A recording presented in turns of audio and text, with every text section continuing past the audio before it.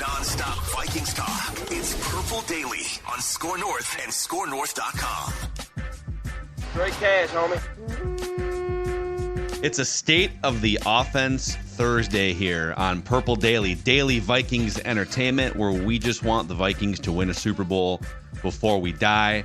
We appreciate Quick Trip for powering these episodes. We got a Random Viking of the week here today.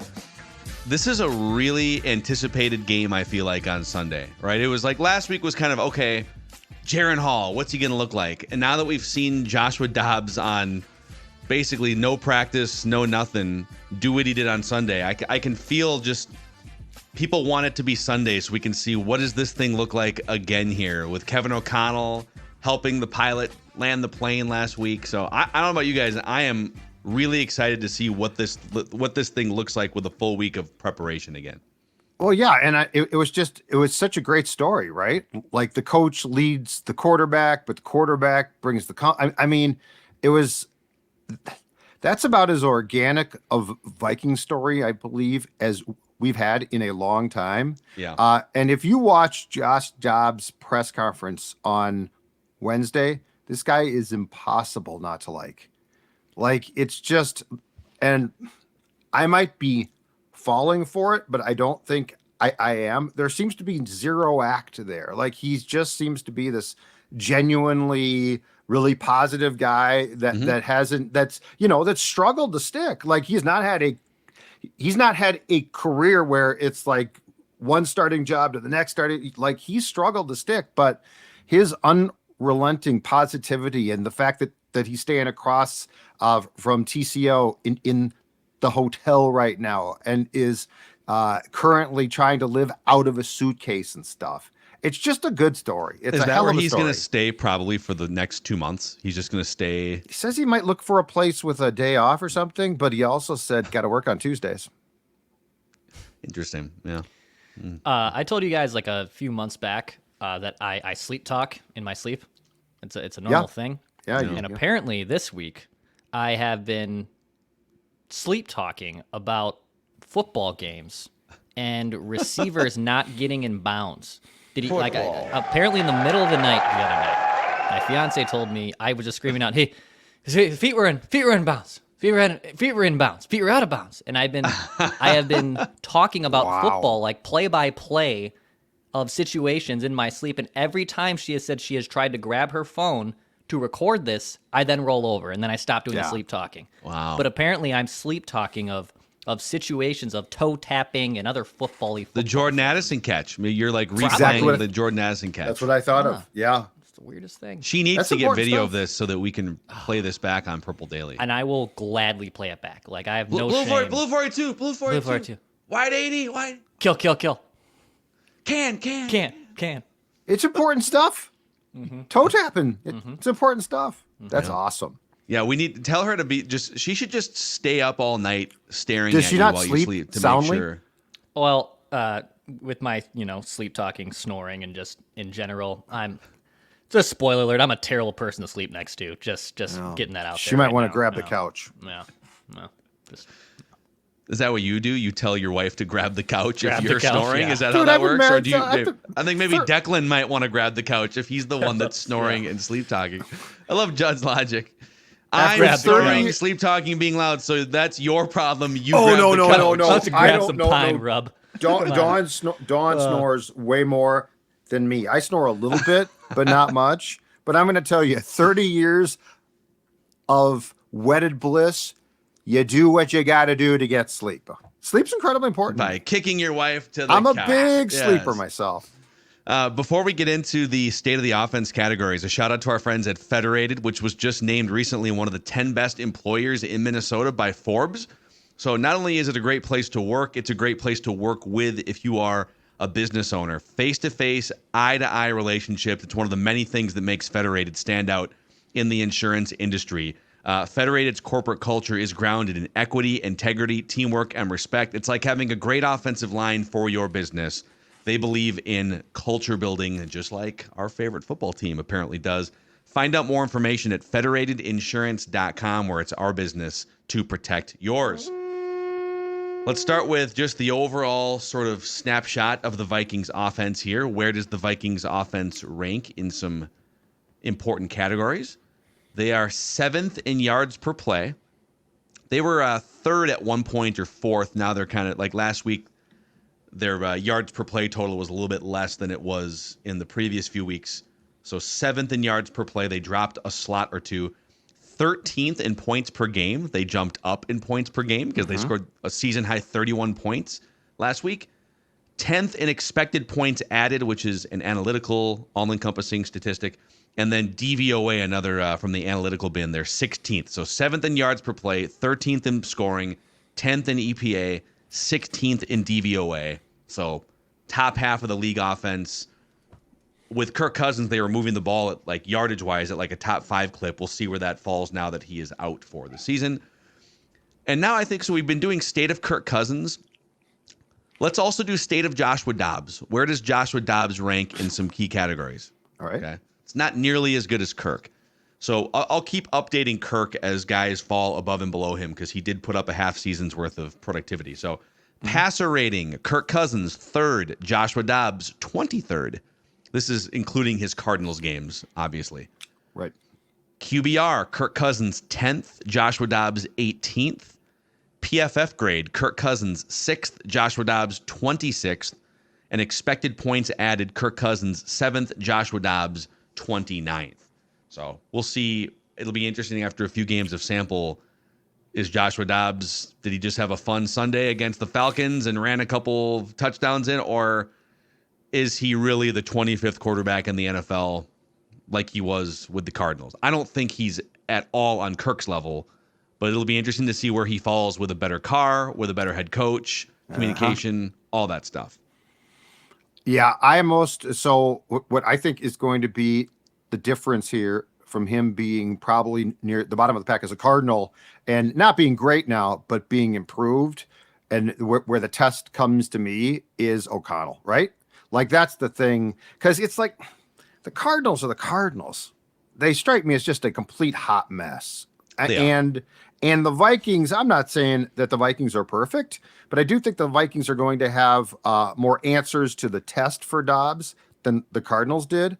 So I would not expect Dobbs to approach statistically what Kirk did, but I would expect that it's going to look much more competitive on a weekly basis than he probably did in Arizona. Yeah, and just even with Arizona giving it to Kyler Murray, it's not like I saw, I think it was a Colin Cowder was talking about it yesterday. It's not like Arizona's out of the running for getting this top pick. Like, Kyler Murray isn't going to move the needle that much to make the Arizona Cardinals win a lot more games by the end of the season and tank their draft position. But with Josh Dobbs here with Minnesota, I mean, even without JJ, who could be back probably next week at the earliest, he's got so many weapons here. Like, he's feeding TJ Hawkinson 14 times. Jordan Addison's been great. Brandon Powell has come out of basically like a left field and has also been a nice little option for them. He's got a good line. Like, I think even if it was going to be Jaron Hall before he got hurt, and now it's obviously Joshua Dobbs, I wouldn't say the quarterback was irrelevant, but the quarterback that's stepping into this car has a really nice car to drive. You're not getting mom's, 96 Chevy, Malibu. You're getting a pretty nice car to drive here, and it should be, it should take the pressure off that player from having to make terrific plays. Yeah. So did you say Brandon Powell came out of nowhere? Do you not remember? You want the victory lap? Judd's you want the victory lap? Training camp notes? Do you not remember the blood? Today, Judd. The blood, sweat, and tears that this man right here, sitting right here, the sports dad. I do remember Judd's camp notes. Yep. Yes. Oh, yeah, I remember. 2 years ago, Johnny Munt. You know what? When it comes to KOC getting his former Rams in town, you know who watched that closely? That's right, this guy right here. Bravo. You're right. You nailed it. Thank you. Thank you. And I've kind of wondered, even like watching him I was at like 3 different practices during training camp and watching just that amount of limited reps in practice. Like, that guy can play. Definitely more than Rager. So that was an easy first guess, and they made the right decision. But now that he's becoming, I mean, he caught the game-winning touchdown. You can deploy him he's a punt returner. He can catch the game-winning touchdown on a route. You can deploy him as sort of a hybrid running back on jet sweeps and stuff. So, yeah, even when Justin Jefferson comes back, I think you have to find some space for Brandon Powell. Mix and match him. Maybe KJ Osborne gets some snaps taken away. I don't know how that works, but with all of this said about sort of the great job that Kevin O'Connell did and Joshua Dobbs processing information on the fly, now the question is, how far can the 5-4 Vikings go without Kirk Cousins? So that's my question to you guys. I mean, if you go back and look the last 25 years, this franchise has had a number of great success stories when a backup quarterback steps in after a couple games or a few games or whatever it is. I mean, most notably, 1998, Brad Johnson was the starting quarterback that year. He gets hurt in the second game of the season? The opener, I think. The opener? Right? Against Tampa? And Randall Cunningham steps in and has one of the great quarterback seasons in franchise history. And it's, I don't think anyone at that time, he was in his mid to late 30s, would have said Randall Cunningham is one of the best quarterbacks in the league. He was a really good quarterback who had played enough football over the years and got to drive a great car with a great offensive-minded head coach, right? Like, it was all sort of a total package. And they wind up going 15-1 going to the NFC Championship game. The next year, 1999, is sort of regarded as a disappointing season because they weren't as good as 98. But Randall Cunningham, the sand ran out of the hourglass for him, and so Jeff George stepped in after a few games and kind of helped save the season. They get back to, I think, an 11-win season, and they wind up going to the second round of the playoffs. 2008, Judd's guy Gus Frerotte comes in. So T-Jack starts 0-2. They make the change to Gus Frerotte. And the Viking, Gus wasn't as good as maybe Randall Cunningham in 98, but Gus helped lead the Vikings to an 8-3 record in 11 games. They win the division at 10-6. And then Case Keenum, maybe he's the most notable next to Randall Cunningham. Bradford goes down. Case Keenum takes over. It's still a really good car that he's driving. He's got Adam Thielen and Stephon Diggs. Dalvin Cook, I believe, at that point was spry and young, right? And the Vikings go 13-3. So how far can the Vikings go with Joshua Dobbs driving this car, do you think? Oh, God. Between O'Connell and Dobbs driving the car, as I said on my hottest Vikings take on Monday, I think that they can make the playoffs and win a playoff game. Beyond that, I think it would end there, but I think that they can go. I think this is going to force them, and with what's transpiring now, I actually think the chemistry and culture is really good right now, and it feels like they purged their really bad games, which is, I guess, in some ways a bad thing, but also good. So I think that they can. I'll stick with what I said on Monday and write that down on Wednesday. I think this team will be a wild card team. I think they will obviously make the playoffs, and I think that they can win a playoff game. And that's with Dobbs or whoever is potentially playing QB, but let's assume it's Dobbs. I think that they can go that far. Yes. Dex? I just want to be clear. I'm not saying this is the exact same comparison, okay? Just want that out in the ether before I go. I, for one, am excited to interpret whatever he's about to say. It's a Super Bowl in the opposite manner. So here we go. It's a backup going to a Super Bowl and winning it. Wait, I know what he's going to say. I do too. He's going to say Nick Foles. Why'd you take it from him? He's going to say Nick Foles, right? You took it from him. I didn't say it. It wasn't Nick Foles. It wasn't Nick Foles. But it's another maybe possibly comparable situation here. In 2012, hold on, the 49ers lost Alex Smith to an injury. Okay. Colin Kaepernick, a rookie, I believe at the time. I think he was a rookie or was like on the bench, wasn't playing at all. Stepped in, goes 6-2, takes them to the 5-yard line of winning a Super Bowl. A guy who was the complete opposite quarterback of Alex Smith. And credit to Jim Harbaugh, he got it out. But it's Josh Dobbs and the 2023 Vikings on a similar 2012 path to the San Francisco 49ers. I went there. I just went there. Oh, my God. Wow. The hot takes right now. Hot take on a Thursday. So what I'm gathering from both of you here, and this is where it's premature to feel this way about Joshua Dobbs, because up until like a few weeks ago, you would have just considered him, like, why is he just available, right, as an option for a 6th or a 7th round pick swap if he is 2013 Colin Kaepernick or whatever other examples. But what I'm gathering from you guys is it seems like you both think the Vikings have a chance to go further with Joshua Dobbs than they would have with Kirk Cousins. I mean, we've been doing this show every single day the whole year, right? At no point have I heard Declan talk about 10 years ago 49ers type run to like not Colin the Kaepernick. Super Bowl. No. And this is the first time I think all season that I've heard you say the Vikings are going to win a playoff game. Monday was the first time I've said it. So all of this found optimism is coming after the Vikings swapped out Kirk Cousins for Joshua Dobbs. Well, I just want to point that out. Okay. Yes, no, that's true. But if they were on this type of streak with Kirk, I got it.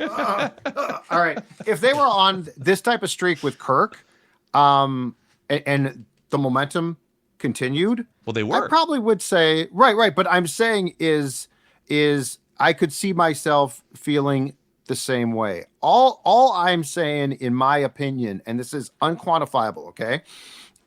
There are some times where it feels like teams get on rolls and sports karma changes and things and their culture is good and the team seems to band together in the face of adversity. This feels like that. This feels like what we saw, like what we've seen from teams that have overcome adversity and actually use that as a galvanizing factor to some sort of success. Is some of it that, well, let me ask you this question first, okay? Because most of this run came with Kirk Cousins at the helm, and the last two games for him, I mean, that's some of the best football we've seen him play as a Viking, the Niners game and the Packers game.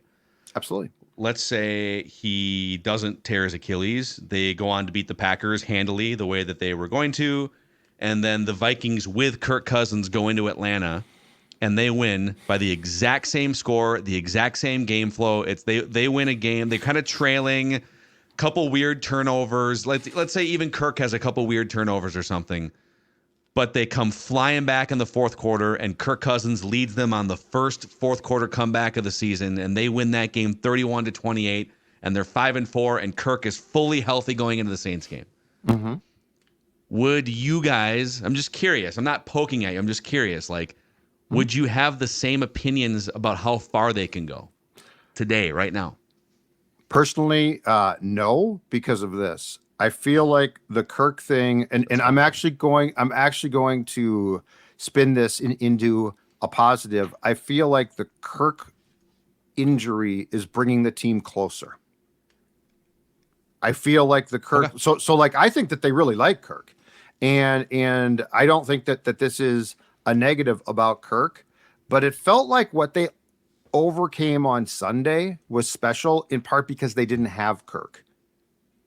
And to be honest with you, if that Falcons game had gone in that flow with Kirk, I think we'd be like, well, that was awful close. It was kind of ugly. Yeah, they kind of reverted back. And the Falcons aren't good. Like I would have been the reason why I enjoyed that game personally, because it was not a good game. But the reason why I enjoyed it is the Vikings overcame the obstacles, which included the starting quarterback, Jaron Hall, being lost 11 plays in for him, right? So, like, this is where I feel like this is becoming a flow thing of momentum based on things that include, very importantly, Kirk being out and the team rallying around this unknown guy in Josh Dobbs, at least to them. I mean, I probably would be believing more than I had been at any point. If you're saying that Kirk was still healthy and they won these games the exact same way, I'd feel pretty good about them because they had beaten San Francisco, they had beaten Green Bay, and if they had won the exact same style where it's a Brandon Powell touchdown at the last second of the game or last minute of the game, I probably feel a lot better because the NFC just stinks this year outside of Philadelphia. The NFC is awful. I believe my hot take after the Giants loss in the playoffs was this was Kirk Cousins' best chance to win a Super Bowl. Because also last year, I thought the NFC wasn't as strong as it had been in previous years. This year, it's weaker. It is weaker.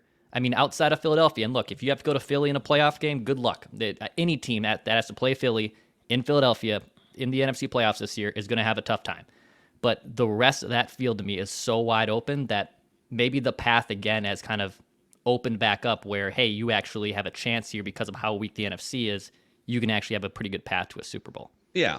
I think here's my sort of diagnosis of, because I'll admit I don't know that I would have them going to the Super Bowl quite yet. Like the scenario Declan, and of course Declan's not guaranteeing Super Bowl. He's just painting a hypothetical, right? That's what I heard. Colin Kaepernick, Joshua Dobbs, same guy. Clip it for social. Yes, I could dunk on score. Declan. And I don't even know. I'd have to do a little bit more thinking. I need to see another game for sure, like before I would say that they're going to win a playoff game. So I'm like a little more reserved. It's funny because I was more bullish on them being better than they were when they were 1-4 than you guys, and now I feel like I'm more reserved about the path forward. And I think here's my diagnosis: we've all, if we're being honest, we have all decided, for the most part, even as Kirk has improved and the relationship with Kirk and Kevin O'Connell has brought some things out of Kirk that weren't there under Mike Zimmer, I think we've all seen enough where we're pretty sure he's not the guy that's going to lead them deep in the playoffs. Last year, it's like you got a home playoff game against the New York Giants, and the defense isn't very good, but dude, just make it happen. Like go lead a drive at the end of the game. Figure something. I think, fair or not, I think we've kind of landed on the Vikings are good with Kirk Cousins, but he's been a starting quarterback for like 10 years, and at no point have any Kirk Cousins led teams come anywhere near a conference championship game, right? So, or let alone a Super Bowl. So now that he's gone, it's not that they're replacing him with someone better. I think there's almost this hopeful optimism that, okay, we know the car is a good car.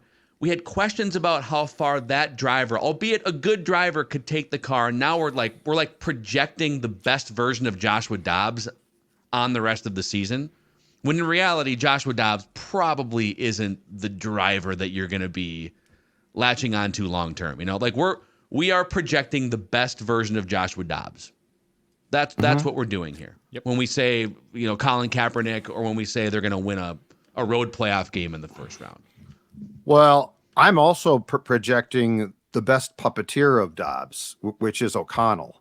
Mm-hmm. So, like, I see, I am way more hung up on Kevin's role here than Dobbs' role, because he's trying to basically milk what he can. Now, the question, in fairness, is this: when does Josh Dobbs have to turn in the slipper? Because that's what, Case Keenum in Philadelphia, 1 touchdown, Vikings are up. Turn in the slipper, Case. Okay, bang, you're done. Interception. So the question is, when does the slipper get turned in? But Phil, I think that this whole season highlights the difference between us, especially in our brains, because, I know exactly what you were saying at 1-4 when common sense and statistics said this team should be, 4-1 or have three wins. Mm-hmm. My point in football, especially football, to me feels like such the margins are so small, like between wins and losses. And at 1-4, like, I still felt the Vikings at every possible most important moment are shooting themselves in the foot, like the stupidity of the fumbles and some of their plays. Well, now it feels like there's a rallying point, and that O'Connell, and this is where I think we agree, where the culture is actually so important here. And so I really feel like, Kirk being hurt, if anything, brought this team far closer, because they do like Kirk. And Kirk being out means everyone else has to do their job well. And I guess the Falcons game, to me, what highlights that is Brandon Powell, who could barely run, like he was cramping badly. And he's a very serviceable player, but he ain't great. He makes a huge catch. Dobbs runs on 4th and 7, which is, of course, very close to a 4th and 8 for a first down before he throws that pass. It just, again, it feels like there are certain times where the football gods, where you make your luck and the football gods smile on you. And it feels like the Vikings have entered that cycle. Now, in fairness, again, the question is, do they self-sabotage at some point, or does Dobbs have to turn in the slipper in 2 weeks, and then it's all done? Yeah. Yep. And again, like Joshua Dobbs, to defend him a little bit here, because I think he's going to implode at some point right now. Gun to the head. Like, what's the likely scenario? Does he does he play his ass off the next 6 or 8 weeks and he's Randall Cunningham 1998 or Case Keenum? I think there's a reason why he was available, and that will come to the surface at some point. But in fairness to him, he's never driven a car like this, man. And Justin Jefferson's coming back at some point. You don't have to do nearly as much if you're him in this vehicle as you would have in the Cardinals vehicle. So seeing him navigate that's going to be fun to watch. By the way, Vikings are currently the 7 seed in the NFC playoff bracket, and they're only a game up on Washington and Atlanta in the standings, but conference record would be the tiebreaker in most scenarios here, I believe. The Vikings are 5-2 in conference right now. The Commanders are 2-4. The Falcons are 3-3. And then you get down further and it's, Buccaneers, Packers. So, dude, even if they lose to the Saints, like they're going to be sitting there after a loss, still the 7 seed with games against the Bears on the horizon, another game against the Packers, Broncos, Raiders. Division. So. Yep, you're right. So even though it's not this is a big swing game, I actually will say, because with the win, if they beat the Saints, this is from PFF yesterday, if they beat the Saints on Sunday, the Vikings' chances to make the playoffs are 74%. Wow. If they lose, it's down to 41. So this is a 30% swing. This is a huge game. That's why, when you lose the Chargers and Chiefs, per se, it's not a huge deal in the grand scheme of things. It doesn't affect your conference record for tiebreakers, and with this horrible NFC, it's clearly going to matter. But this game is a pretty big game for your playoff picture. If it lost, it's not dead. You're still almost a coin flip. But with the win, you are in a driver's seat to most likely be in the playoffs. Super, super interesting. Hey, before we dive into just a couple more categories here and a random Viking of the week, let's shout out our friends over at Livia Judd, helping a lot of Purple Daily listeners lose weight the last couple seasons. Absolutely, including me. I dropped 40 pounds a couple of years back. You're looking at Sports Dad right there on the left, a little chunkier on the right. Oh, man, lean, mean fighting machine. But you know what? More importantly, we have heard from so many folks who consume this show who have also joined, and they have lost weight. And here's the most important thing. They not only have dropped weight, but they have kept the weight off, because that's what the program is all about, sustaining that loss so that you not only drop the weight, but you don't then go into that inevitable, it seems like for some diets, yo-yo. And so you can join right now, Heneva. I got an offer for you, 3 months free. If you join right now, 3 months free for a program that I'm going to tell you right now. It works. 855-GO-LIVEA, livea.com, livea.com. Become the latest member of the PD family to experience weight loss. And again, 3 months free, livea.com. Maya Mackey might need to contact Livia, because you know what she did this morning? She tricked her parents. She got 2 breakfasts. So Dad got up to give Maya breakfast, but Mom was still sleeping. Then Dad went back to sleep. Maya went back to sleep. But then Maya was rustling 30 minutes later. So Mom got up and said, "Oh, it looks like you need some breakfast." So she coaxed 2 Nutrisource chicken and rice breakfasts out of her parents today. You know what that is? That is poor communication between the quarterback and the coach. That's what that is. You guys got to have now Stella right there. She pulls the same trick, but guess what? Mom and Dad, they are in constant communication, and so we know. But I will say this: Stella, she loves her training rewards treats. In fact, there's the Vinster. But Dex, show this quick, because guess who was at his local Chuck and Don's this past week for the jerky strips? That's right. Look at that. Look at that. Nutrisource jerky strips. Healthy as can be. And I'm sure that if I was to shake this bag loud right now, Dex, the Vinster would come running. God. Yeah, no, he'll do that. He had his nose underneath my door a little bit earlier, just looking around. You got those treats. Come on, Dad, give me some of those dang treats. I get it. How can you not love him? I do. I love him very much. I love him very much. He's a good pup. Who doesn't love him? Are you suggesting that someone? Oh no! I'm just saying it's so cute when they want their little food, their treats. It's cute. It's like some Nutrisource dogs here. The Nutrisource is the official dog and pet food of Purple Daily and Score North. NutrisourcePetFoods.com. Okay, a couple categories here for you guys. So, when the pocket is clean for Joshua Dobbs, all right, this is just a 1-game sample with the Vikings. We all know that when you start to look at clean pocket stats with Kirk Cousins, by a lot of metrics, the last 2 or 3 years, he's been a top 5 quarterback in the NFL when conditions are clean. Joshua Dobbs, when kept clean against the Falcons on Sunday. Now, when he was blitzed, he had some big runs, or when he was pressured, he would usually get away from it in some form, except for the safety and one of the turnovers, a couple bad ones. But Dobbs was 17 of 23, 74% completions for 159 yards, 2 touchdowns, and no interceptions when he was kept clean.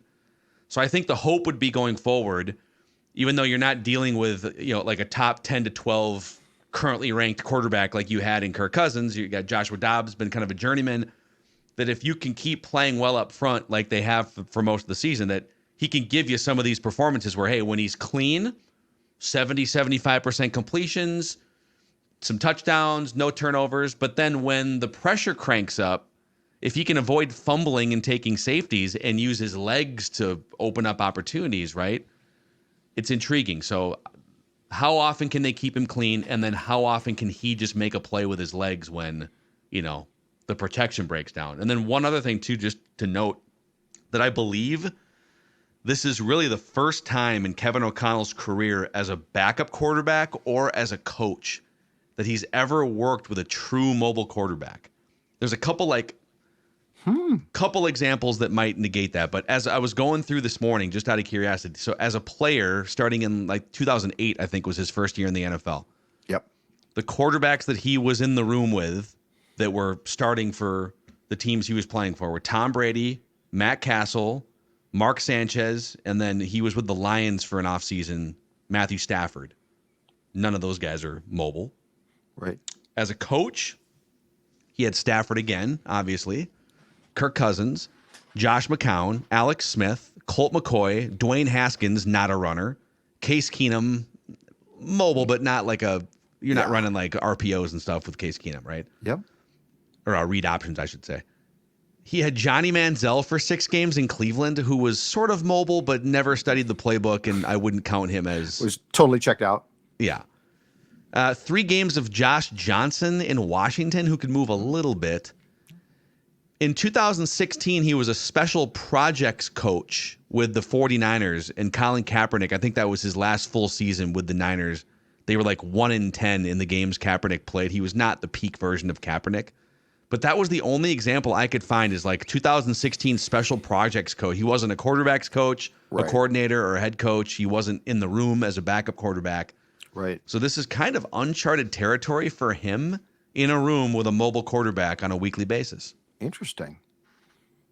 So do you think that, and again, this goes back, and it starts a little bit with Jaron Hall, but, I wonder what this presents as far as brainstorming ideas too. And how cute do you get? How cute do you not get? Yeah. The one thing I will say about Dobbs that concerns me and reared its ugly head against the Falcons is, when things are breaking down, dude, you got to protect football.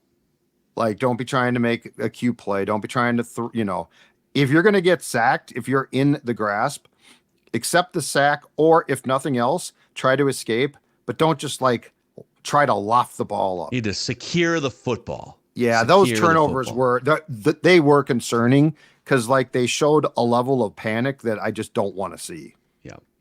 So yeah, it'll be. How much did O'Connell was asked earlier this week at a press conference? Hey, does this open up? Are you going to open up a bunch new installs now? And he said, I don't know that we're going to be installing a lot more. We're trying to work on just crafting a small menu of things because it's not okay, now that he's got a week of practice, now he's going to be, a doctorate in Kevin O'Connell's offense. He's only been here for a week and 2 days right now. So there's only so much you can really cram in here, even with a full week of practice. And how much is improv at times too?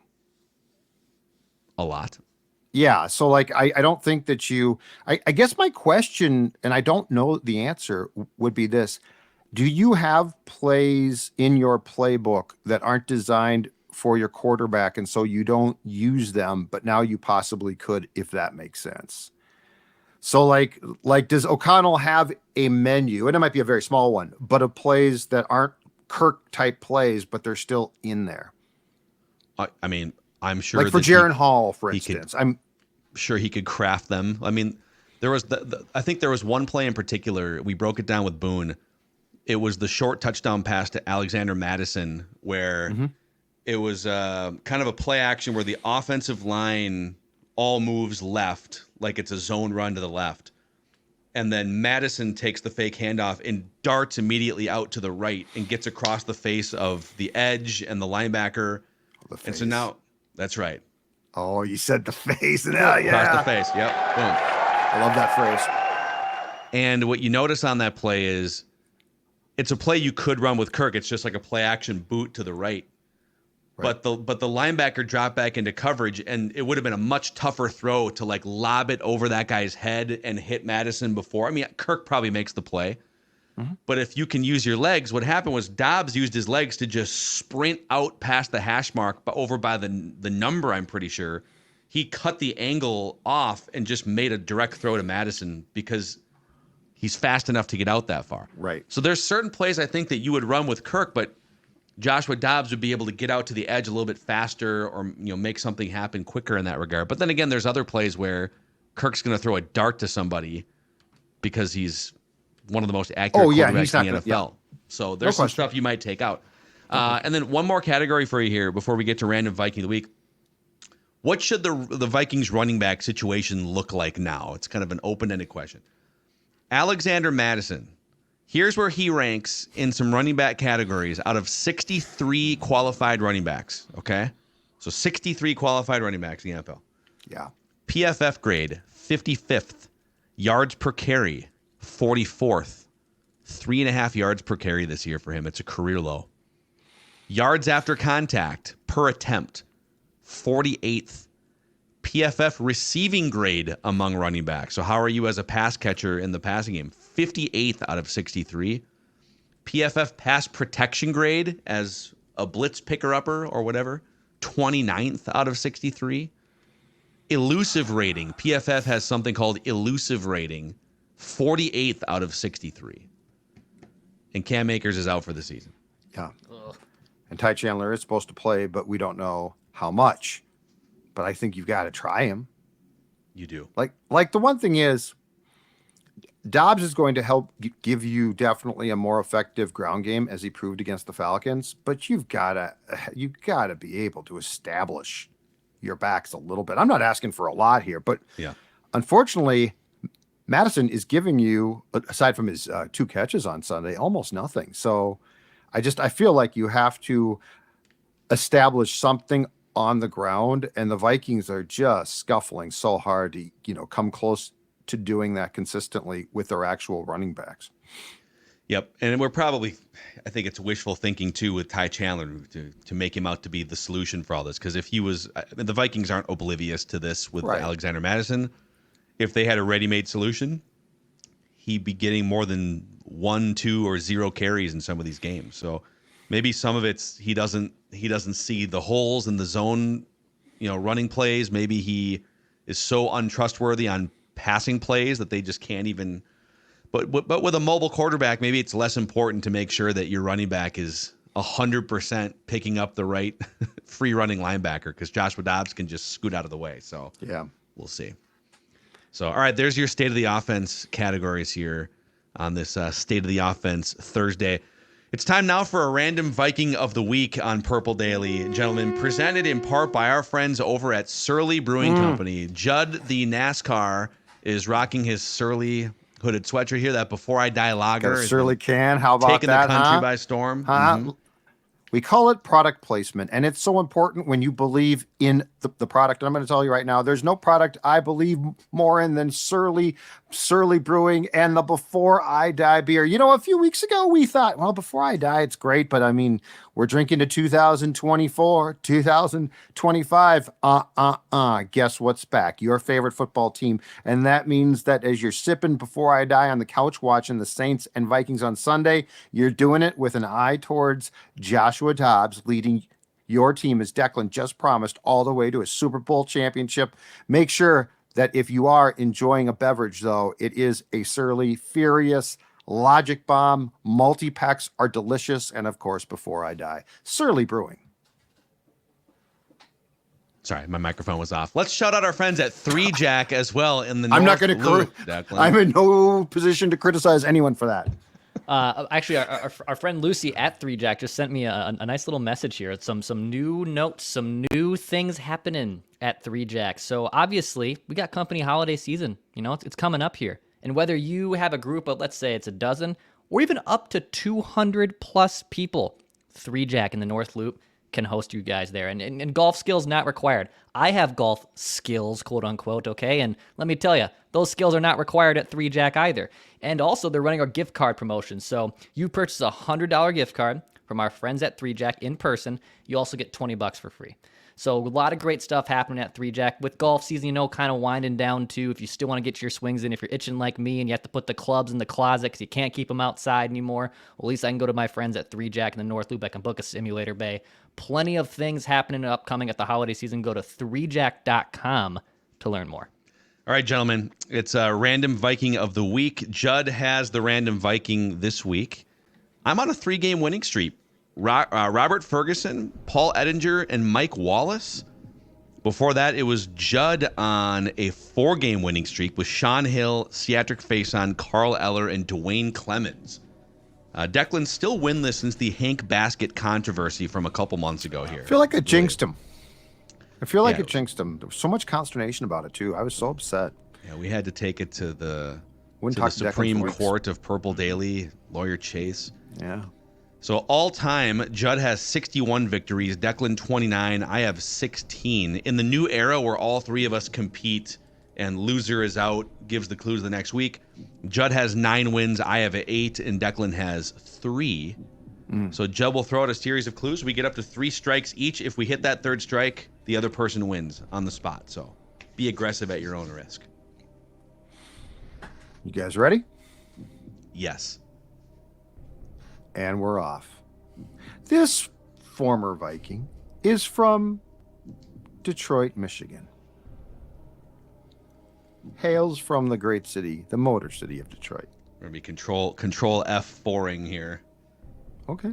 Or control Fing. I trust you guys. I trust you guys. This game's built on trust. Clue number 2. He played for the Central High School Blazers in Detroit. Fellow Central guy. All right. Fellow Central guy. Okay, I have someone, but I control F. We haven't done this person. I'm not gonna guess yet though. I'm gonna wait. Oh, you're idea. You're threatening to pounce though. Got Is an what idea. you're doing. Yeah. You're threatening to pounce. Yep.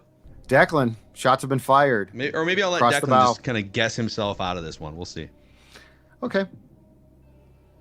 This former Viking attended the University of Akron and was an All-American. Is that Maction? I believe it is From Maction. the Mac, right? Maction? Yeah, I believe it is The Maction Maction. guy. Okay. Maction. A lot of people love it. Maction's back. Big brawl a couple nights ago, I think, in Maction. Sideline brawl. All right. Clue number 4. This former Viking was drafted in the 3rd round in 2001. It's a tough era. Seeing if anyone's going to All right. make a guess. I have a guess. Phil's got a guess. Dwight Smith. Your winning streak is extended. Oh, let's go! That was my guess, by the way, after the first clue. What was Detroit, your, Michigan. He's from Detroit. What was your... Okay. I remember I covered So you that remember locker that. room in Okay. 2008 or whatever it was. I felt it was fair to give Dex a chance too, because it's still from when Dex was a big fan as well. Dude, so, let's go. all right. Right now. 4 in a oh row. man, you missed some of my great clues, including the stairwell clue? his most memorable moment in Minnesota did not come on the field. Yep, that was a good one. He once was, for those who don't remember the 2005 or 6 Vikings or whenever that was, let's just say that Dwight Smith enjoyed himself a night in the Block E stairwell of downtown Minneapolis with some company. Yeah, it was after a preseason game. Oh, really? He just went down there after Yeah, the he was game? down at what was the Wolves' favorite restaurant down there? Bellanote. Bellanote, and then the he club? went in the stairwell, and I believe she was from Wisconsin. Okay. I think she was from Hudson. Yeah, Dwight got Did himself they live in trouble. happily ever after? No. We're not sure. No, he just got arrested, and I think Get I don't know what arrested for happened that? to her. I mean, don't they just tell you to put your clothes on and go home? I don't think that's how that works, but You really need to arrest someone for that? You know, I don't know. He got arrested per se. That's not fair. He got cited. Something. I Cited. mean, yeah, but It's just evidently, two people who found love down the steps from the Applebee's. evidently it occurred right in front of a security camera, and I talked to a person who saw all the footage, and let's just say it was very revealing. Didn't he pick off a pass in the Super Bowl for the Two. Buccaneers too? Two. Returned them for touchdowns, and did not win MVP. I looked it up this morning, He had 2 pick sixes in the 0-2 Super Bowl. and didn't win MVP. What? That's amazing. He was kind of Off a Rich Gannon. cornerback for them, Safety, and then yep. converted to safety Yep. later on with the Vikings. Yeah, 06, 07 with the Minnesota Vikings. There we go. Mm-hmm. He was what I would consider to be a character among the guys we covered. He was a Yes, he character. was. Yep. That was good though. 4 guesses in. Thank you, everybody. Thank you. Yes, appreciate that. All right, Dex, so are you Declan will give mad, the clues or next you- week. That's preposterous. There was Detroit and Akron, Ohio, and those were the only. I was like, okay, Okay. Yeah. I was That's it. I was impressed. Well, what were the clues? You said Detroit, Akron, and then Played third high round school football in Detroit, third round and then pick in third 2001. round pick in 2001. And then you got it. So the Detroit thing, 'cause sometimes like I covered as a beat writer, I covered the 06, 7, 8, and 9 teams, and you were in there too. And sometimes on those teams you cover, like you stare at the rosters so much. oh, yeah. You know, like when guys are drafted. And I knew that he came in the league in the early 2000s because I knew that he had a pick in the 2002 Super Bowl with the Buccaneers. So it all added up. I wasn't 100% sure, but sometimes you got to shoot your shot here on Random Viking. I will say the only 2 times that has worked for me are when you have said Minneapolis, Minnesota, and Pensacola, Florida, and it's not because of their football careers, it's because of their wrestling careers, and that's the same reason. From Pensacola, Florida, Roman Reigns, like I'm well aware of that. From Minneapolis, Minnesota, Brock Lesnar, same thing. From parts unknown, Parts mankind. Joe Anoia, right? In fact, I think if you just like name a random wrestler, I wonder if I can just pull the city, just knowing how. from the Macho Man introduction. Randy Savage. Macho Man. Okay, so that was a little before my. Yeah, it was before his time. Give Little give him He a was guy. Florida. Hold on. He was Sarasota. Florida. Sarasota. Okay, I don't think I would be able to pull that one. Give him a guy from his The wheelhouse. Big Boss Man. Big boss again. Little. Cobb County, Georgia. Okay, yeah. Big boss. Okay, I'll give you one from your era. Let's go Chris Jericho's, he's been too many. He's can't like think 3 of, cities too. Yeah. Chris Benoit. Chris Benoit from Calgary, Alberta, Canada. I think is what they would even give this. They wouldn't even give the city. I think they would just say from Alberta, Canada. Billed from Edmonton, Alberta, Canada. Okay. Nice. Yeah. Wow. Yeah. There you go. Let me give you one more for those who are still listening to this podcast. Trying to think like early 2000s. Dave Bautista. Dave Bautista, Washington D.C. Hold on. Build location. Build location. Washington, D.C. That's amazing. All right. Well, that's a wrap on Purple Daily and also wrestling build from locations trivia here.